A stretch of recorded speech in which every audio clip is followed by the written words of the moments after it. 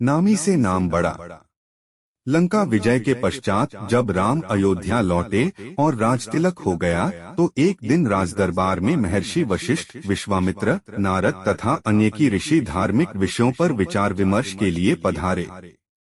जब उसी प्रकार के विषयों पर चर्चा चल रही थी, तो देवर्षि नारद ने एक प्रश्न उठाया कि नाम और नामी में कौन श्रेष्ठ है। ऐसे प्रश्न को सुनकर ऋषियों ने कहा, नारद जी, नामी से तुम्हारा क्या तात्पर्य है, स्पष्ट करो। नारद जी ने कहा, ऋषियों, नाम तथा नामी से तात्पर्य है कि भगवान नाम का जप भजन श्रेष्ठ है या स्वयं भगवान श्रेष्ठ हैं। नारद जी की बात सुनकर ऋषियों ने हंसकर कहा, अरे नारद, तुमने यह कैसे बच्चों जैसा प्रश्न किया है। निश्चय ही भगवान श्रेष्ठ हैं, क्योंकि उन्हीं के नाम का तो जप किया जाता है। नारद ने कहा, नहीं, आपकी यह धारणा ठीक नहीं है। मेरे विचार से भगवान से बढ़कर उनका नाम है।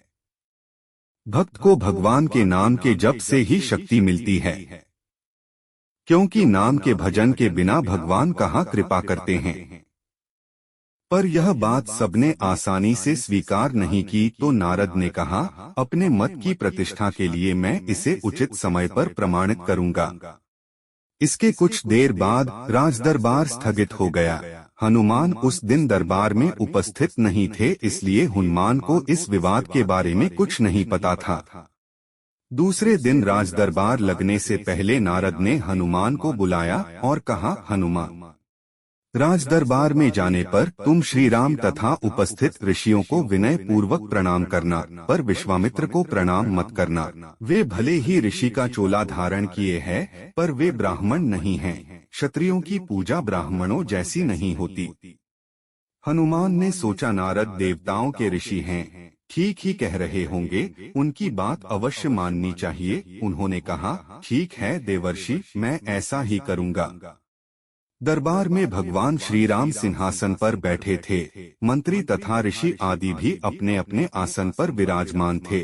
थोड़ी ही देर में हनुमान जी आए। भगवान श्री राम के चरणों में प्रणाम किया, फिर ऋषियों का चरण स्पर्श कर प्रणाम किया, फिर उन्हीं के बीच बैठे विश्वामित्र को न तो उन्होंने प्रणाम किया और न किसी प्रकार का आदर भाव दिखाया। हनुमान के इस व्यवहार से विश्वामित्र ने अपने को बड़ा अपमानित समझा। वे राजा तथा ऋषियों के बीच इस प्रकार अपनी उपेक्षा या अपमान को सहन न कर सके। तत्काल ही क्रोध में उठ खड़े हुए और श्री राम से बोले, श्री राम, तुमने अपने इस मुँह लगे सेवक की धृष्टता देखी।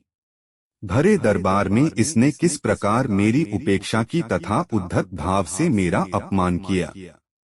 श्री राम ने कहा, गुरुदेव शांत हो जाइए, मैं हनुमान से इस धृष्टता का कारण पूछूंगा।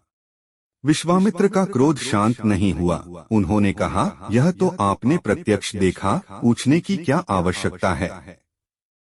अस्त्र शस्त्र में मैं तुम्हारा गुरु रहा हूँ, यह गुरु आज्ञा है, इसे दंड दीजिए।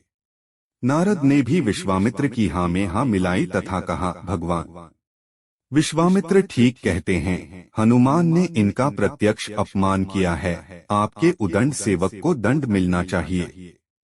नारद की बात सुनकर हनुमान असमंजस में पड़ गए। भरे दरबार में अपनी स्थिति देखकर कुछ बोल तो न सके, पर सोचने लग गए कि जिस नारद के कहने से मैंने ऐसा किया, वही नारद अब मेरा बचाव न करके मुझे दंड देने की बात में सहमति जता रहे हैं। नारद का यह चरित्र समझ में नहीं आता। इधर की उधर लगाना और दो लोगों के बीच भ्रम पैदा करके उन्हें लड़ने में इन्हें कौन सा आनंद आता है। भले काम को बिगाड़ने वाला यह कैसा ऋषि है। भगवान श्री राम किसी प्रकार की दंड की घोषणा करते, इससे पहले ही नारद ने कहा, भगवान इस संबंध में शांत भाव से विचार कर कल दंड दीजिएगा। उत्तेजित अवस्था में अभी इस समय हनुमान को दंड देना उचित नहीं। सबने इस सुझाव को स्वीकार किया और सभा स्थगित हो गई। रात को हनुमान नारद के आश्रम में आए और कहा, देवर्षि, आप यह कौन सा खेल खेल रहे हैं। मेरा वध कराकर आपको क्या मिलेगा।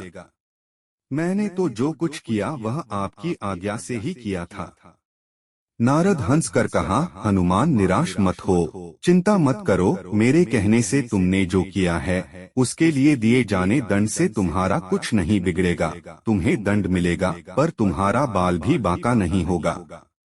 मैं जैसा कहता हूँ बस वैसा ही कल करना। कल प्रातः काल सूर्य तट पर उरा रामाय नमः इस मंत्र का जाप करते रहना।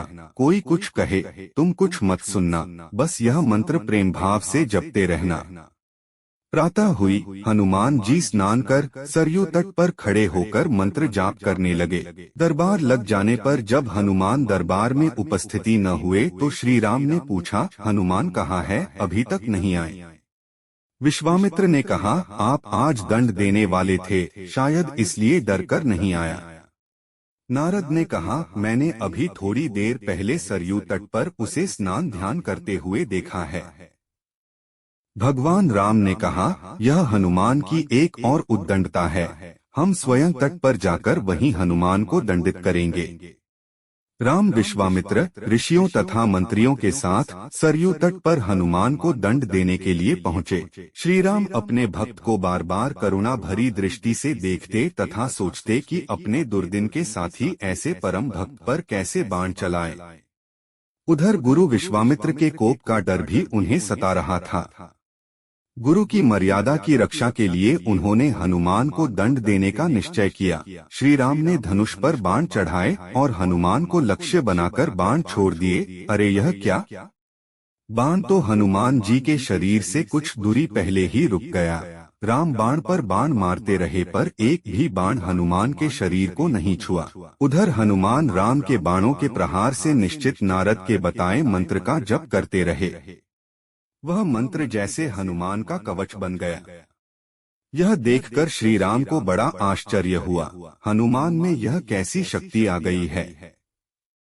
उनके दंड का प्रयास व्यर्थ हो रहा था। विश्वामित्र को लग रहा था कि राम अपने भक्त को बचाने के लिए जानबूझकर इस तरह बाण चला रहे हैं कि उनको चोट न पहुंचे। अपनी इस असफलता से विचलित होकर राम ने ब्रह्मास्त्र उठा लिया। राम ने ब्रह्मास्त्र हाथ में लिया तो हाहाकार मच गया। नारद ने कहा, ऋषिवर विश्वामित्र, हनुमान के अपराध को क्षमा करें। अगर राम का ब्रह्मास्त्र छूट गया तो सिर्फ हनुमान ही नहीं मरेंगे बल्कि सारे लोक में प्रलय मच जाएगा। ब्रह्मास्त्र से निकली ज्वाला देखकर विश्वामित्र भी डर गए। उन्होंने राम को रोकते हुए कहा, राम ब्रह्मास्त्र को वापस तूनीर में रखिए, हनुमान को मैंने क्षमा किया। इतना सुनते ही हनुमान को जैसे जीवन दान मिला। राम को धर्म संकट से मुक्ति मिली। सब लोग प्रसन्न हुए। हनुमान ने आकर विश्वामित्र से क्षमा मांगी और नारद जी की ओर देखा। नारद ने हंसकर कहा, प्रभु इसका कारण मैं हूँ। मैं कहा था ना, भगवान से बढ़कर भगवान का नाम जपना श्रेष्ठ है। उसे प्रत्यक्ष सिद्ध कर दिया। हनुमान ने इष्ट देव भगवान राम के नाम के बीज मंत्र से भगवान की शक्ति क्षीण कर दी। जिस प्रभु के नाम का जप होता है वह प्रभु अपने नाम जाप की शक्ति के आगे शक्तिहीन हो जाते हैं। इसलिए कहता हूँ कि नामी से नाम बड़ा। यह कहकर